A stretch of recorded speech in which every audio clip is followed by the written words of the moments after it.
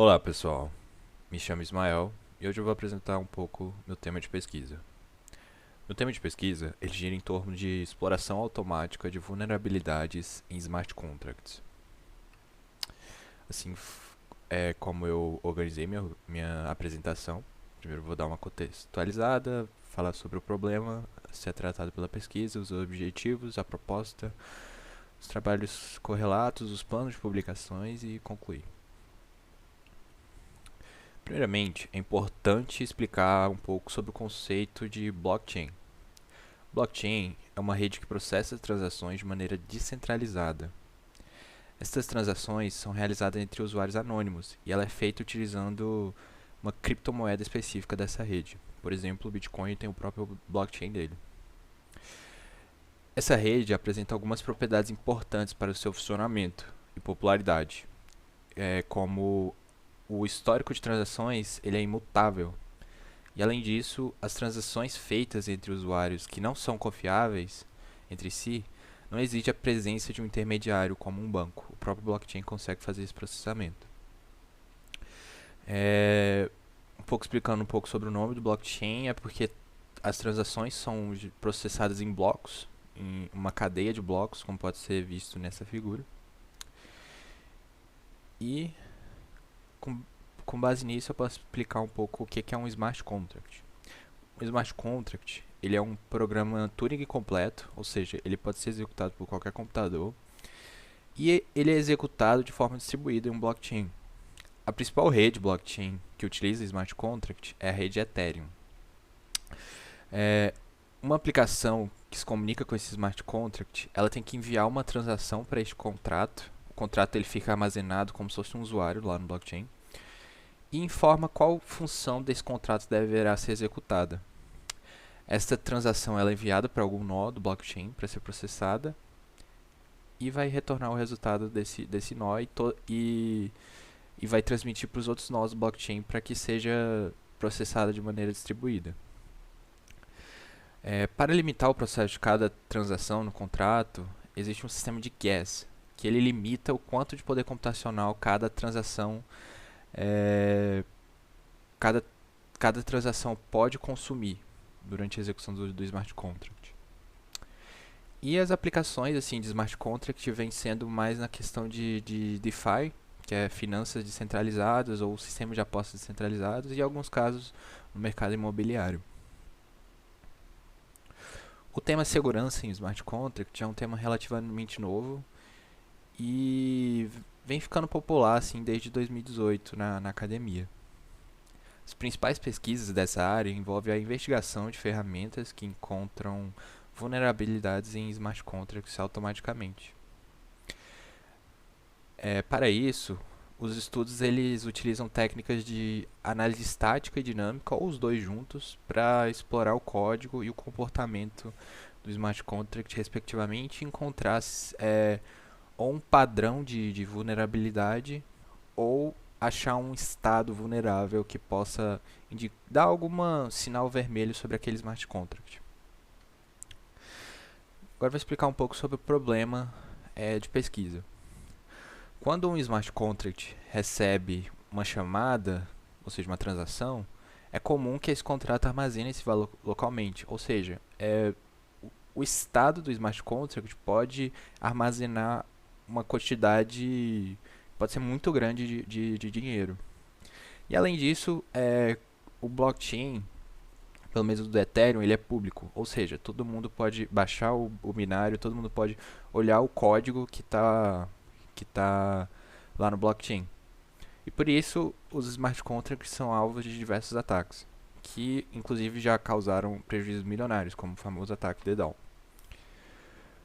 Pelo fato do blockchain ser imutável, modificar ou remover um smart contract não é uma tarefa fácil. Muitas vezes envolve você publicar um novo contrato, para não precisar modificar o contrato que foi publicado antes. O principal problema abordado nessa área é garantir o máximo possível que aquele smart contract esteja seguro e não sofra esse tipo de ataque antes que ele seja publicado, para não precisar ter que publicar um de novo com alguma correção e pedir para todo mundo atualizar a referência do contrato. Aqui é o objetivo deste trabalho de pesquisa, né? O principal objetivo é investigar técnicas de análise dinâmica, ou seja, do comportamento do smart contract, para explorar vulnerabilidades, tentar encontrar algum padrão de vulnerabilidade. E com isso, assim, analisar o estado da arte e tentar encontrar alguma possibilidade para avançar nesse estado da arte. Além disso, nós planejamos experimentar técnicas de análise dinâmica que são do estado da arte, só que ainda não foram utilizadas em smart contract, como esse chamado Directed Gray Box Fuzzing. Nosso objetivo é investigar a relação utilizando esse Directed Gray Box Fuzzing, é investigar a relação das vulnerabilidades com as instruções críticas da máquina virtual Ethereum, como instruções que manipulam criptomoedas, transações de criptomoedas. A nossa hipótese de pesquisa é que, se focarmos nessas instruções, poderemos melhorar a performance da ferramenta de análise dinâmica que a gente vai se basear. Nossa proposta, primeiro, é montar um dataset de smart contracts que tenham vulnerabilidades conhecidas e para medirmos a performance das ferramentas do estado da arte, as ferramentas mais conhecidas. Para assim a gente poder montar um benchmark para a gente conseguir testar a nossa própria ferramenta. Nossa proposta de ferramenta é nos basear numa ferramenta já do estado da arte, que chama Contract Fuzzy, e implementar a parte que vai guiar esse fuzzer para tentar explorar, focar só nas instruções críticas. Aí utilizando a técnica, como eu falei, do Directed Gray Box Fuzzing, que gera entradas para um sistema de maneira aleatória, e analisa cada execução se aquela entrada ajudou a explorar o programa mais profundamente ou não. Se conseguiu melhorar essa exploração, a próxima entrada vai se basear nessa entrada que explorou mais. Esse parâmetro de exploração, o que nós vamos fazer vai ser mensurar utilizando a proximidade do que o fuzzing chega na parte do código que tenha mais proximidade com alguma instrução crítica. Então a gente vai usar isso para mensurar o quão avançado está essa exploração. Ok, os trabalhos correlatos foi um estudo do estado da arte que nós fizemos. Que ele aqui tá, a gente pegou só os 8 primeiros e a gente meio que organizou pelo número de citações. Então esses são os mais citados, os trabalhos citados na área.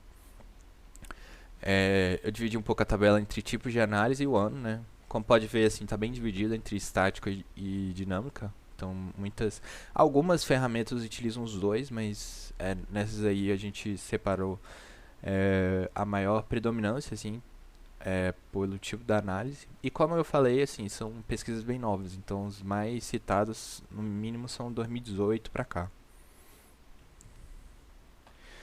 Quanto às publicações, a gente ainda não fez publicação nesta área, mas a gente planeja fazer uma experimentação ou com a questão de experimentar as ferramentas do estado da arte de uma maneira padronizada, porque o que nós verificamos é que cada estudo possui o próprio benchmark, que alguns a gente nem conseguia reproduzir, então tipo o nosso plano é de meio que padronizar esses testes para deixar disponível para a comunidade poder fazer esses testes e fazer o próprio benchmark em cima deles. Além disso, a outra possível publicação seria da nova técnica.